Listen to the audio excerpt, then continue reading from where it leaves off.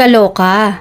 Hindi pa man nailalapag ni Kim Chiu ang vlog sa kanilang Dubai trip kasama si Paolo Avellino, ay mahihimatay na agad sa kilig ang Kim Pao fans. Ibinahagi ni Kim Chiu sa kanyang latest Instagram post ang isang teaser video ng kanyang bagong vlog. Hindi nakawala sa fans ang mga clip na magkasama sila ni Paolo tulad ng pagja-jogging at pagme-makeup ni Kim sa aktor. Dahil dito, mas naging super excited ang fans sa ipopost ng aktres. Narito ang ilang comments ng Kim Pao fans. Lahat mahihimatay ngayon dahil sa vlog na to. Parang ayoko na umalis doon sa pagme-makeup. Wala na akong magawa. Ilang oras ba itong vlog na to? Ang tagal. There is magic when Kim Chiu and Paolo Avellino are together.